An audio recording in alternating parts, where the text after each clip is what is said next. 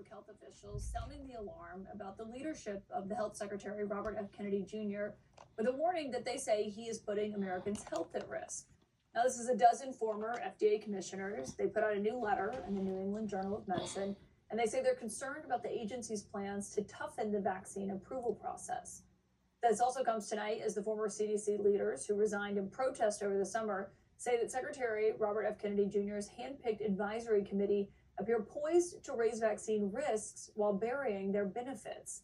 Those are warnings that come as those same advisors are weighing major changes to the childhood vaccine schedule tomorrow, including whether or not newborn children should be vaccinated against hepatitis B, which is a highly contagious disease that destroys the liver. My medical source tonight is Dr. Jonathan Reiner, who is a professor of medicine and surgery at George Washington University. I think the key question I have is, do you think it's necessary for them to be deliberating over this for tomorrow? Well, I think a lot of this is already preordained. And almost the entire policy thrust of medical policy thrust of HHS and CDC and FDA is coming through the Secretary's office. So RFK Jr., a lawyer, is dictating medical vaccine policy for the United States.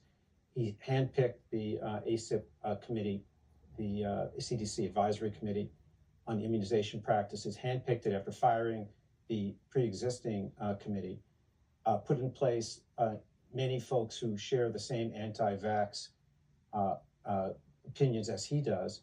And I think tomorrow we're going to see the first step in changing the childhood vaccination schedule when they change the first dose of measles vaccine for babies.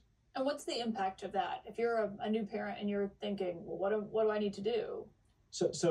Well, what parents need to do is to talk to their pediatrician.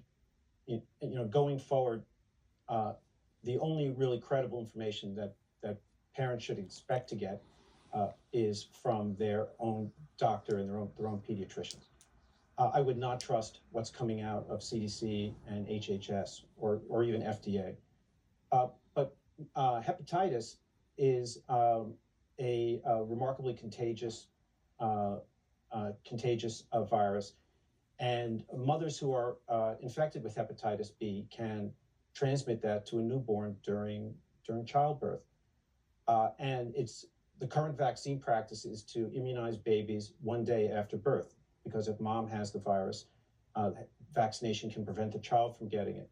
A child who gets hepatitis B will, with almost 90% certainty, develop chronic hepatitis that will be with them through the rest of their life and put them at risk of liver damage, hepatocellular